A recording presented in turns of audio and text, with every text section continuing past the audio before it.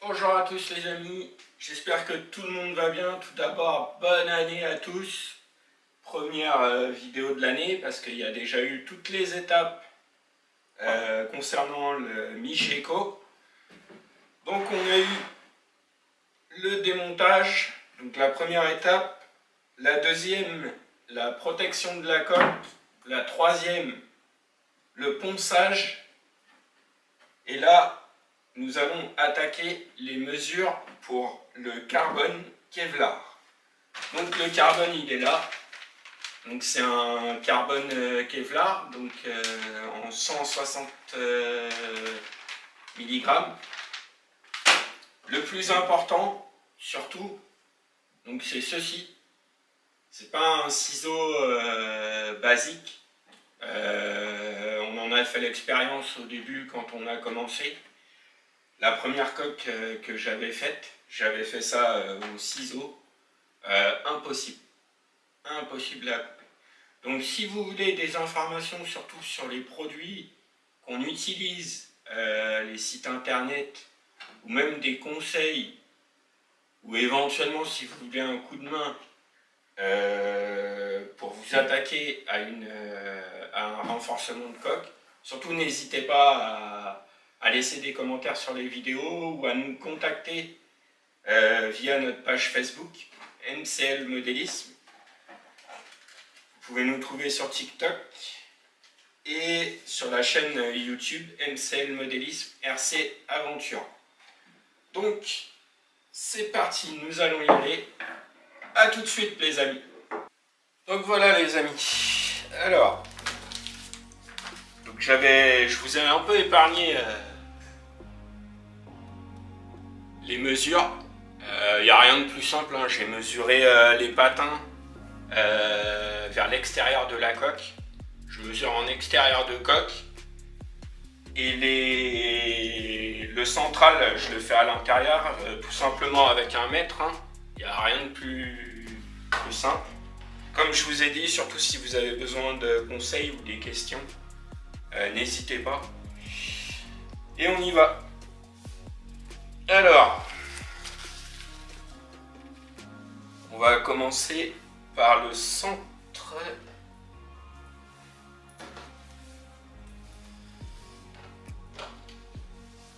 Donc, j'espère que vous verrez bien. Ah bah ça, c'est magnifique. Donc 82 de longueur, 23 de large. Donc surtout n'hésitez pas. Alors moi pour découper, je me sers juste des carrés, hein. Et après je suis tout le long mon tracé. Hop, j'ai juste fait un petit point.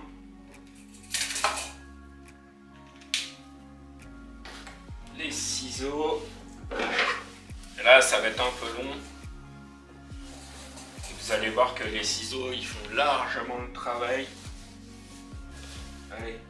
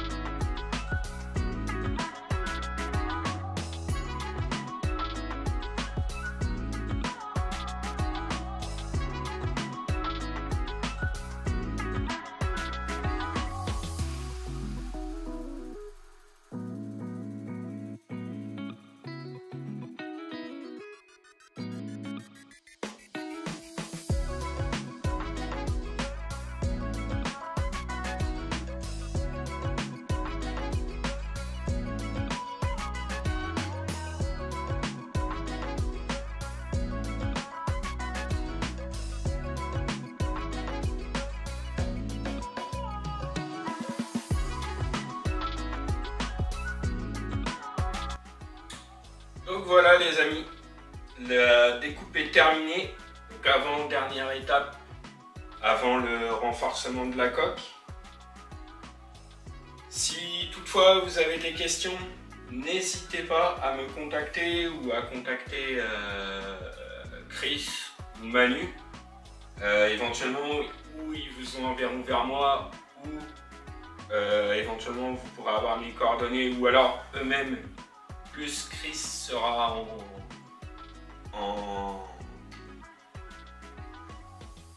le mieux à vous répondre si je suis pas disponible. Il connaît un peu le principe. C'est vrai que c'est un domaine où moi je suis vraiment bon. J'adore faire ces trucs-là. Donc n'hésitez surtout pas à nous contacter si vous avez des questions, si vous voulez des références sur les produits, sur le carbone. Il existe plusieurs carbones. Ça, c'est un carbone Kevlar. Il y a un carbone Inegra qui est un peu plus fin. Il y a plusieurs solutions, il y a plusieurs résines. Voilà, on a testé 2 résines différentes. Donc, vous trouvez de la résine époxy dans le commerce. Hein. Vous allez à Castorama, Leroy Merlin, il y en a.